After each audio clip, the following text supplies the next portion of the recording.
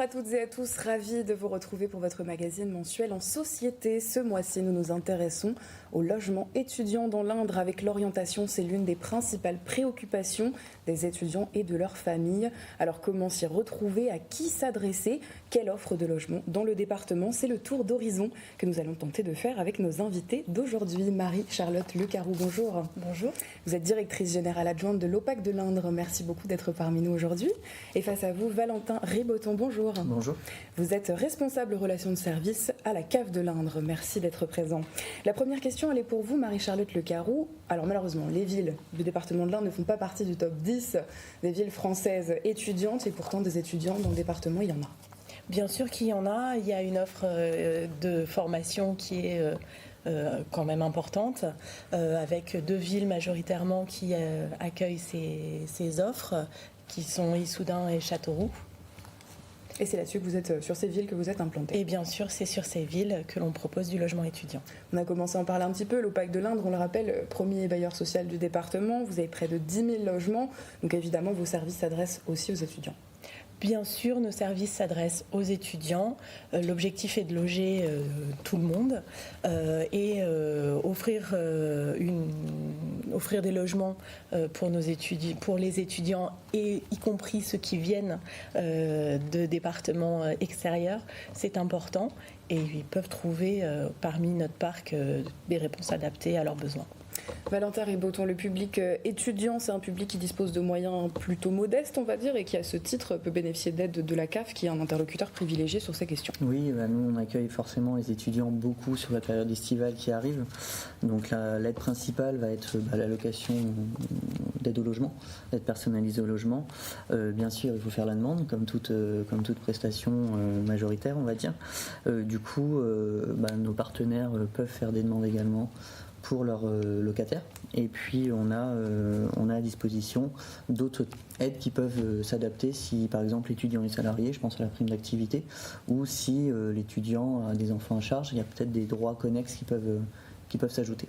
Notamment une aide au déménagement potentiellement pour les étudiants qui ont des enfants? Alors, l'aide au déménagement, oui, si il vient d'un département autre, mais il faut au moins 3 enfants à charge ou 2 et être en situation de grossesse. Par contre, on peut avoir une aide, un prêt d'équipement mobilier ménager. Donc là, ça va être plus pour meubler le logement. Et par contre, il faut un enfant à charge minimum. Marie-Charlotte Lecaroux, à l'OPAC 36, vous avez mis au point une offre et une politique qui est spécialement adaptée aux besoins des étudiants sur Châteauroux et Issoudun. Vous avez commencé à nous en parler. Quelle est-elle, cette offre? Alors, il y a une offre d'environ 200 logements, 50 sur Châteauroux et 150 sur Issoudun. Des logements qui sont à proximité des points de formation, et notamment vraiment sur le site d'Issoudun, qui est le site de René Char, c'est attenant à l'IUT. Des logements qui sont équipés, qui disposent de parking, qui sont avec des loyers abordables, plutôt des petits logements bien sûr, des types 1 ou des types 2. Et puis on a adossé une offre de service avec la possibilité de Wi-Fi gratuit sur l'ensemble des logements étudiants, un service que l'on propose à l'ensemble de nos locataires ou futurs locataires, qui est en partenariat avec Peppernest, qui permet d'accompagner l'intégration, le changement d'adresse, que ce soit à l'entrée d'un logement ou à la sortie, pour un déménagement et un accompagnement dans les démarches administratives. Nous avons également aussi pour l'ensemble de nos locataires un espace locataire qui permet de retrouver l'ensemble des informations depuis le bail, consulter les appels de loyer, et qui est dématérialisé avec une application si besoin.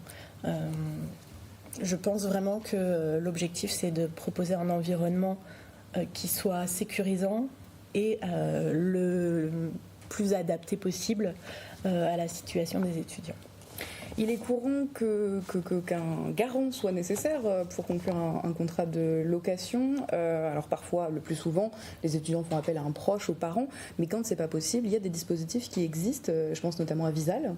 Alors effectivement, les logements étudiants, pour nous, sont les seuls pour lesquels on sollicite une garantie. Et Visal est un dispositif d'Action Logement, porté par Action Logement, qui s'adresse aux étudiants boursiers. Voilà, il est gratuit. Et effectivement, pour les autres étudiants, on demande une caution privée. Il y a une tendance qui émerge cette année dans le baromètre du site Logservice qui porte sur le logement étudiant en 2023, c'est que les étudiants préfèrent se loger en studio en T1. Donc ils sont 59% à faire ce choix cette année contre 55% l'année dernière. Ça correspond à ce que vous constatez dans l'Indre ? Alors ça correspond à effectivement ce que l'on constate puisque en général les plus petits logements sont aussi les plus petits loyers. Donc l'objectif étant d'arriver à se loger vraiment de façon qui n'impacte le moins, je dirais, les finances souvent des parents ou des boursiers. Et puis effectivement, à un moment donné, on avait proposé et tenté de la colocation, mais ça reste quelque chose de encore compliqué dans l'Indre à mettre en œuvre. Et puis surtout, là, on permet que chacun ait vraiment son espace. Et puis la possibilité dans une résidence de se retrouver malgré tout sur des temps pour la solidarité, travailler en groupe. Valentin Riboto, une question par rapport à ce choix de l'individuel plutôt que de la colocation. Est-ce que c'est plus avantageux en ce qui concerne la CAF, par exemple sur l'APL ? Ça va dépendre du montant de loyer. Concrètement, après, nous, on différencie une colocation. Il faut bien qu'il y ait deux baux distincts, forcément. S'il n'y a qu'un bail et qu'il y a deux personnes dans le logement, on va nous retenir une situation de couple. Et puis après, la colocation, il y a le partage aussi des charges de logement. Après, nous, le calcul se fait en fonction des barèmes en lien avec la colocation. L'important, c'est évoqué avec les étudiants, effectivement, boursiers ou non boursiers. Donc, il faut savoir que l'étudiant boursier a une aide au logement un peu plus supérieure qu'un étudiant non boursier. Donc ça, c'est bon à savoir, tout en sachant que nous, pour le calcul du droit, les étudiants boursiers ou non boursiers ou les étudiants salariés, il y a un plancher de ressources qu'on retient. C'est-à-dire que pour les aides au logement, normalement, on tient compte, la nouvelle réglementation tient compte des 12 derniers mois de revenus pour le calcul des aides au logement d'une manière générale. Et pour les étudiants, par contre, il n'y a pas cette condition-là. On tient compte d'un plancher de ressources qui est moins important du coup pour les étudiants boursiers avec un droit plus important et du coup plus important pour les étudiants non boursiers. Pareil, sur cette question du couple ou de la vie seule, il y a un arbitrage aussi à faire en termes d'avantages par rapport aux aides. Forcément, le montant n'est pas le même, le calcul n'est pas le même non plus, entre s'ils choisissent de vivre tout seul ou de se mettre ensemble. Oui, alors c'est pas un avantage en fait, nous on va retenir la situation réelle, hein, ce qui se passe au niveau de la situation familiale, c'est-à-dire que les personnes sont en couple, ils se déclarent en couple, on va étudier la situation au titre du couple. Si la personne se déclare seule, on va étudier la situation du dossier en tant que personne seule. Marie-Charlotte Lecaroux, je reviens vers vous. Vous avez parlé de sécurité, de convivialité. Ça fait partie des critères qui sont mis en avant par les étudiants quand éventuellement vous échangez avec eux sur la recherche de logement ? Oui, il est vrai qu'aujourd'hui, proposer un environnement sécurisé, ça rassure les parents qui laissent parfois partir leurs enfants pour la première fois. Sur Issoudun notamment, on a une entreprise de gardiennage qui intervient en soirée pour vraiment garantir au mieux la paisibilité du site. Et puis de toute façon, on veille à ce que les résidences offrent des accès sécurisés. Et je pense aujourd'hui que c'est vraiment un atout. On va visionner un reportage avant de poursuivre nos échanges. On est allé rencontrer Virginie Laurière, qui est la directrice des antennes du Crous de Châteauroux et d'Issoudun.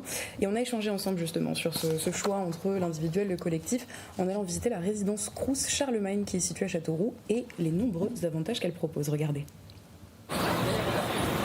Alors ici, on est dans la résidence Charlemagne et on est dans la salle du rez-de-chaussée. C'est une salle qu'on pourrait qualifier de foyer qui est mise à disposition des étudiants.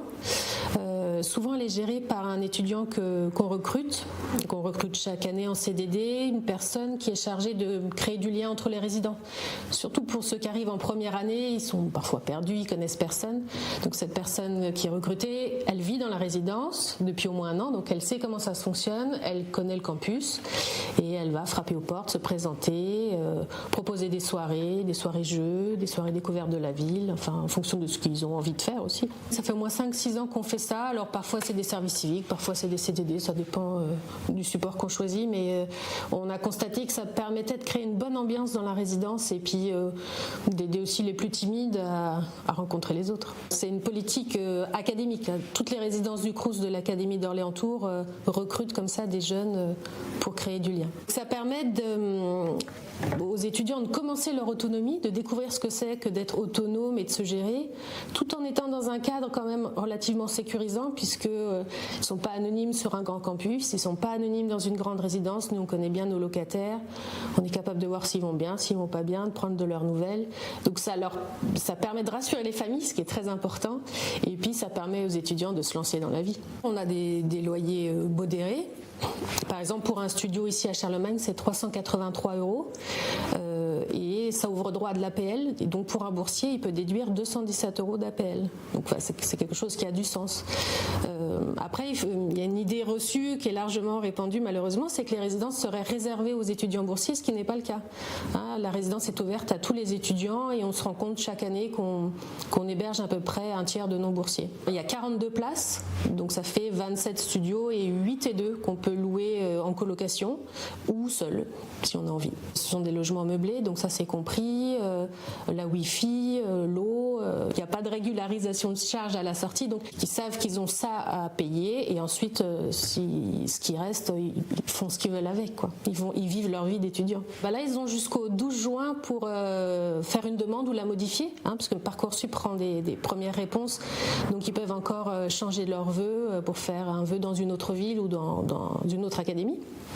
Et puis à partir du 13 juin, ils vont recevoir les premières réponses. Donc chaque semaine, il y a un envoi automatisé de propositions de logement. Ils valident ou pas. Et puis ça va nous occuper comme ça jusqu'à mi-juillet. Ensuite, on fait le point des places qui nous restent, puisque avec les mouvements, certains se désistent.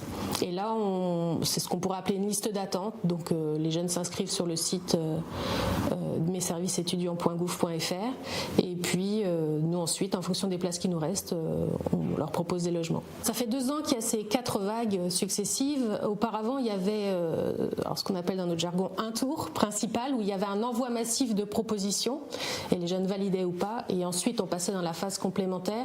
Sauf depuis 2 années, d'un point de vue national, on fonctionne sur des tours hebdomadaires, ce qui permet aussi aux jeunes d'avoir plus de propositions et d'attendre aussi le positionnement de Parcoursup. Surtout qu'ils n'hésitent pas à nous joindre. Ce sera tout notre quotidien, tout cet été, de répondre aux 10 000 questions des familles inquiètes et surtout d'essayer de les rassurer au mieux pour que les parents laissent partir leur enfant du nid familial.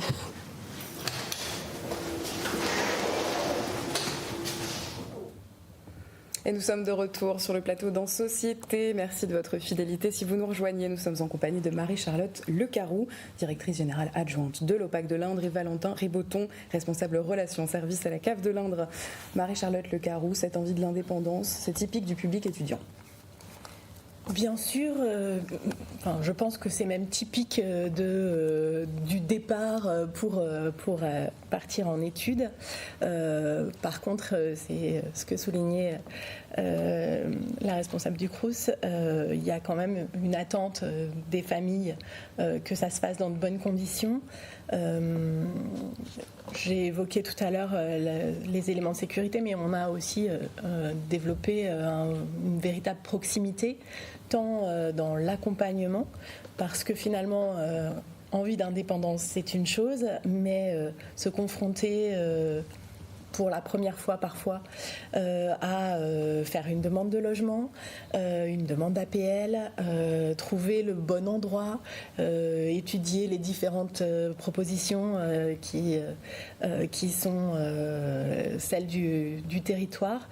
Ça demande bien évidemment du temps et un peu d'expérience. Aujourd'hui, on est à la fois donc sur ce versant environnement serein, sécurité, avec ce que je vous disais tout à l'heure, et puis aussi un gardien qui est en proximité, un service d'astreinte qui peut intervenir si toutefois il y a des problématiques techniques dans le logement, y compris sur les week-ends et la nuit. Et puis toute cette démarche d'accompagnement, donc dès l'instant où les futurs étudiants ou les étudiants nous contactent, on les accompagne de A jusqu'à l'entrée dans le logement, voire même ensuite pour répondre à leurs demandes. C'est un accompagnement qui va être dans la constitution du dossier de demande. Puis ensuite, on prend en charge la demande d'APL directement en lien avec la CAF. Et puis l'état des lieux entrants qui formalise l'accès dans le logement. Bien évidemment, les visites sont possibles en amont. On essaye de mettre en avant notre offre, notamment, et d'expliquer ce que c'est la résidence étudiante de l'OPAC 36 lors des portes ouvertes. Donc on va déjà à la rencontre des familles et des étudiants à ce moment-là. Et puis on reçoit tout l'été des demandes. Valentin Riboton, un petit peu la même question. Vous avez entendu dans le témoignage de Virginie Laurière, elle parle de rassurer les jeunes, mais aussi les familles. Parfois, pour ces jeunes, c'est les premiers dossiers qu'ils vont constituer. On a parfois peur de ne pas déclarer ce qu'il faut comme il faut. C'est un gros travail d'accompagnement de la part de la Caisse d'allocation familiale aussi. Oui, je rejoins les propos de Madame Le Carrou. C'est effectivement un gros travail d'accompagnement. Nous, on voit les étudiants, ils viennent souvent avec leurs parents. Ils sont accompagnés de leurs parents, mais ce qu'ils ont besoin aussi, c'est de réassurance et puis d'informations par rapport à leur situation, parce que chaque situation, même si on parle d'étudiants, est quand même différente en fonction des logements. On a les bailleurs privés, on a les bailleurs publics, on a des demandes qui se font automatiquement avec certains partenaires, donc avec l'OPAC entre autres, donc ils n'ont pas cette démarche-là à faire, mais pour d'autres, ils ont des démarches à faire. Donc c'est très important. Et puis il y a la question des budgets. Parce qu'effectivement, pour une famille, prendre un logement pour un étudiant, souvent on sait que les parents participent. Alors la CAF aide avec les aides au logement, elle a indiqué un exemple de montant pour une aide au logement, mais c'est pas tout le temps aussi facile que ça. Donc au niveau des familles, il est important de voir et de se renseigner en amont, de savoir si l'enfant qui prend son logement ne va pas faire perdre des droits obligatoirement au niveau des droits de la famille. Je m'explique parce que du coup, on a beaucoup de familles qui parfois reviennent en arrière au niveau de leur décision. Quand un enfant prend un logement et fait une demande de logement, il part du foyer de ses parents. Au niveau des allocations familiales, c'est pareil. Il part du foyer de ses parents et ouvre droit à son propre logement. L'enfant ne peut pas être considéré à charge sur le dossier de ses parents et avoir son propre dossier. Du coup, pour certaines familles, ça fait perdre des allocations à un montant tellement important que même le montant de l'allocation logement ne couvre pas cette différence. Donc il est important pour ces familles de se renseigner en amont avant de faire la démarche, parce que du coup souvent ils reviennent en arrière, on met en indu les sommes déjà versées sur l'aide au logement et après forcément on fait le rappel, donc ça se compense. Mais voilà, il y a toute cette question budgétaire qui est à poser. Et puis il y a effectivement parfois certains parents qui ne nous signalent pas le départ du logement, du départ de l'enfant du foyer qui va prendre un logement par exemple dans un autre département. Et ça aussi c'est important parce que nous on continue à verser des prestations alors que l'enfant a son propre dossier et selon les délais de traitement des autres caisses, l'allocation familiale, on n'est pas tous dans les mêmes délais et antériorités de traitement de dossier. Et bien ça fait des indus sur les dossiers concernés.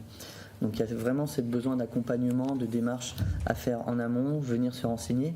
Alors nous, il n'y a pas de souci au niveau de la caisse d'allocation familiale. Les familles prennent rendez-vous, viennent, peuvent même être reçues directement pour une information rapide sur du rendez-vous, soit de premier niveau, ou soit sur un accompagnement numérique.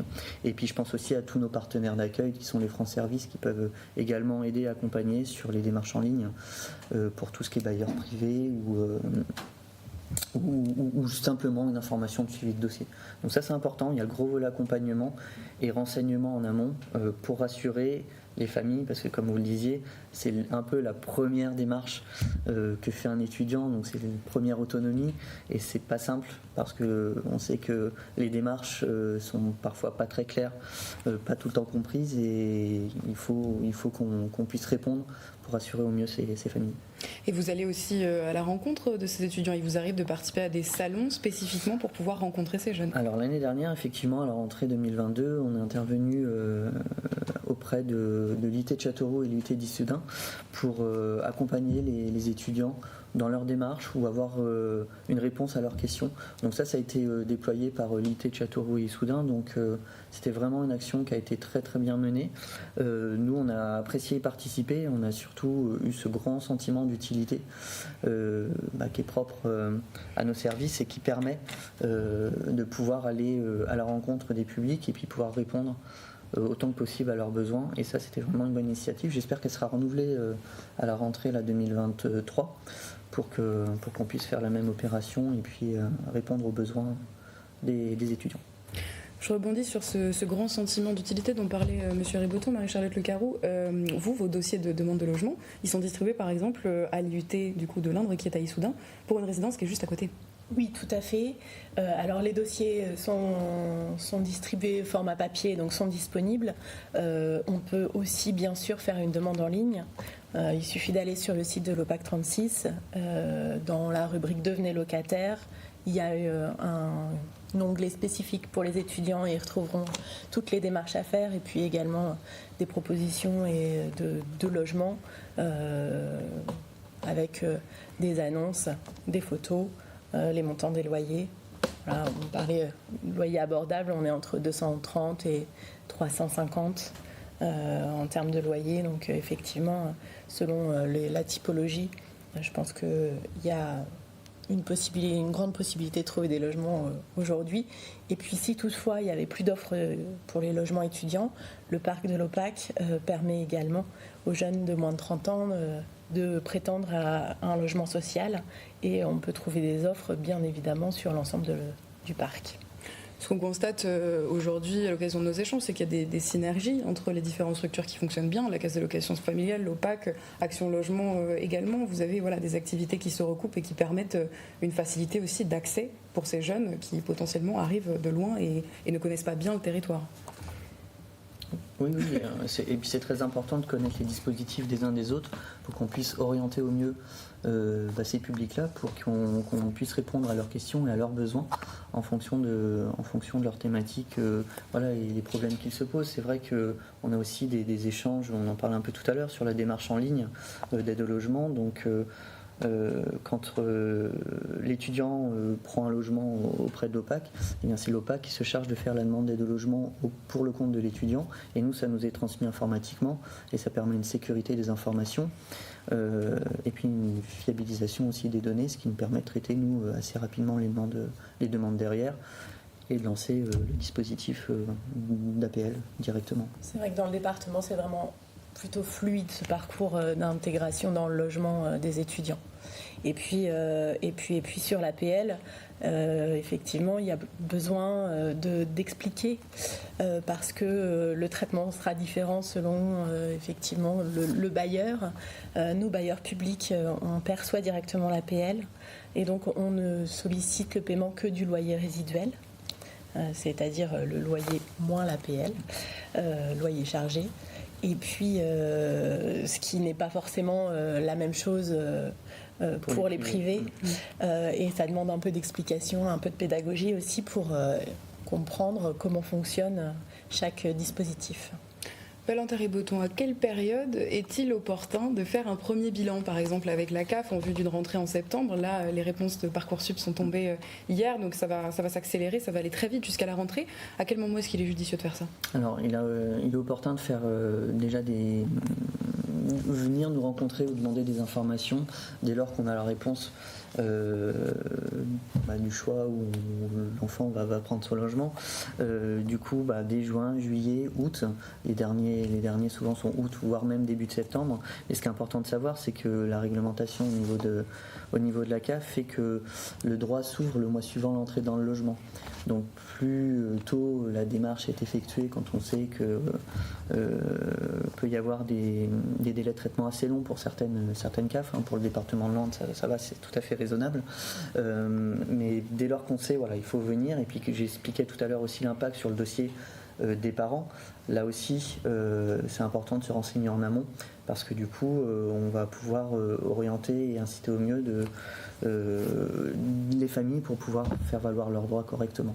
Donc le plus rapidement possible, là, sur la période estivale, il faut venir nous rencontrer ou faire ces démarches en toute autonomie. On sait que les étudiants, c'est quand même un public qui est assez à l'aise avec le numérique, donc c'est important aussi de souligner et qu'on puisse répondre à leurs besoins avec les différentes applications que nous on offre et les différentes démarches et fonctionnalités que proposent nos sites.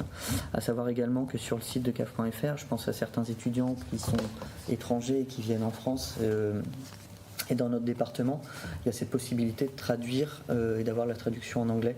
Et ça, c'est plutôt aussi intéressant, parce qu'on sait que pour certains, la barrière de la langue, dès qu'on arrive, c'est un frein. Et on a au moins cette fonctionnalité-là sur notre site qui met à disposition des personnes qui viennent de l'étranger. Merci Valentin Riboton, merci beaucoup Marie-Charlotte Lecaroux d'avoir répondu à notre invitation. Merci pour ces précieuses informations. Notre émission touche déjà à sa fin.